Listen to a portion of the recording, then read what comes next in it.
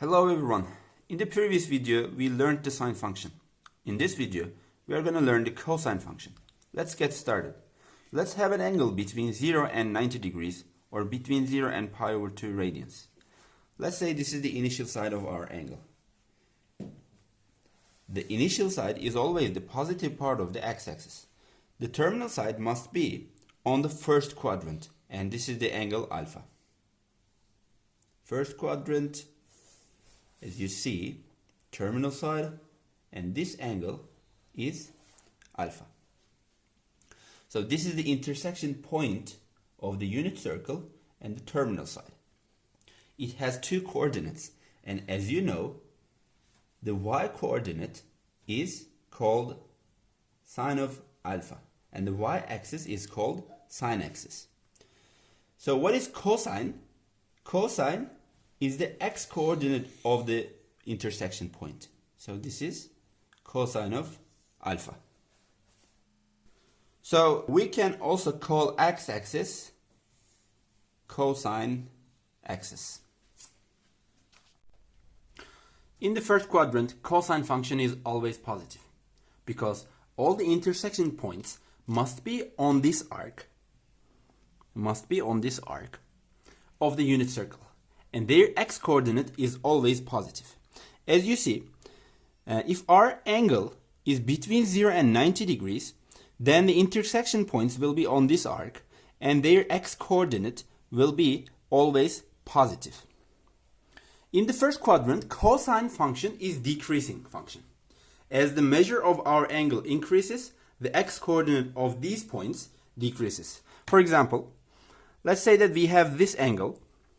This is our first angle. Let's say we have this second angle, and then let's say we have this third angle. As you see, these are the intersection points, and as the angle increases, as the measure of angle increases, the x-axis of these points, as you see, these are the cosine of the angles, and they are decreasing. So shortly, once again, in the first quadrant, the cosine function is always positive, and in the first quadrant, the cosine function is decreasing.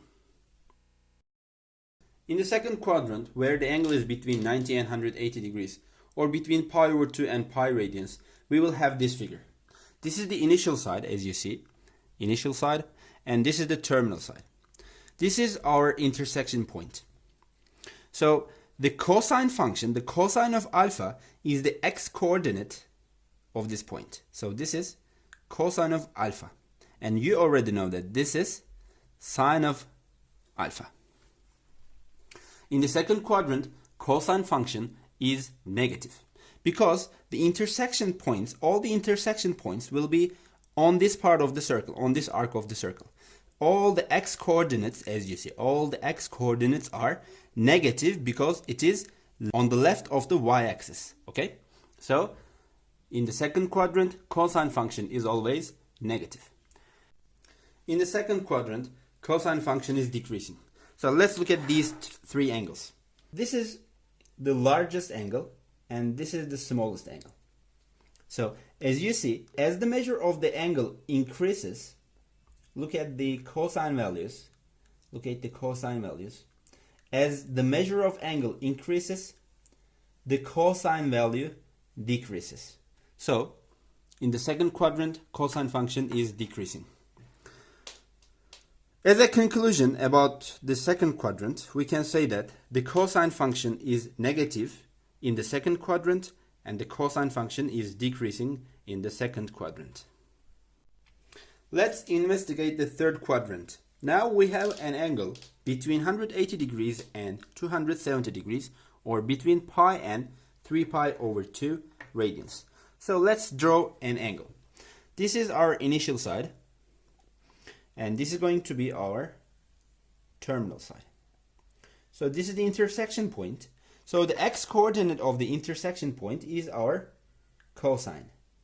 So cosine value of this angle. Cosine value of, so let's say that this is angle alpha. So this is cosine of alpha.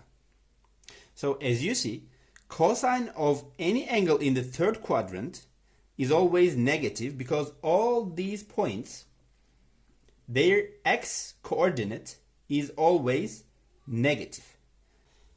In the third quadrant, the cosine function is always negative. Let's see if the cosine function is increasing or decreasing in the third quadrant. Let me draw two more angles. This is the first, second. So let's see their cosine values. These are their cosine values. So as the measure of the angles increases, let's look at the x coordinates. Let's look at the cosine values of the angles. So as you see, these are the cosine values, and as the measure of the angle increases, the cosine values are also increasing. So we can say that in the third quadrant, the cosine function is negative, and in the third quadrant, the cosine function is increasing.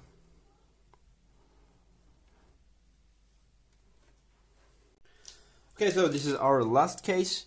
If the angle is in the fourth quadrant, so let's say alpha is smaller than 360 degrees and larger than 270 degrees, or alpha we can say 3 pi over 2, and alpha is between 3 pi over 2 and 2 pi radians. Alright, so let's construct our angle first. Our angle is going to be looking like this. This is the initial side, and this is going to be our terminal side. So this is the positive direction, counterclockwise. So this is our angle. If this is alpha, then this is the intersection point. So this is the x coordinate of the intersection point. This is cosine of alpha. So what do you think about its sign? It is positive or it is negative? This is on the positive part of x-axis. So in the fourth quadrant, cosine of any angle in the fourth quadrant is always positive, because all these points have the positive x coordinate, as you see.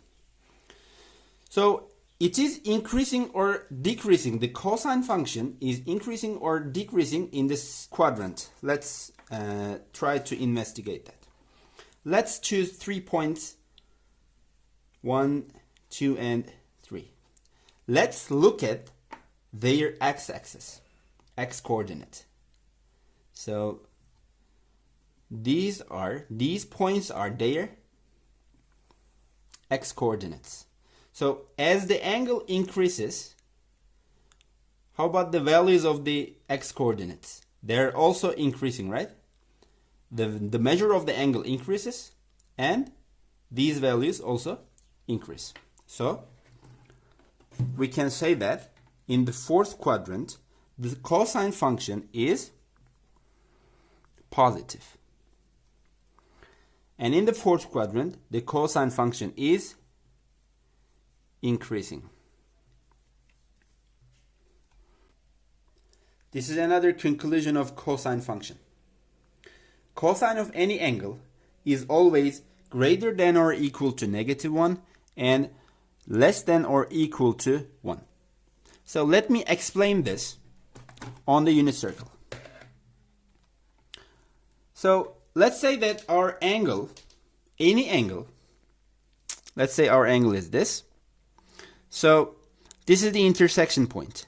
Our angle may be this angle. This is our intersection point. So what I want to say is our intersection point is always on the unit circle. And the x coordinate of these points, all these points, is always between, it must be between -1 and 1. So the cosine values are always between -1 and 1.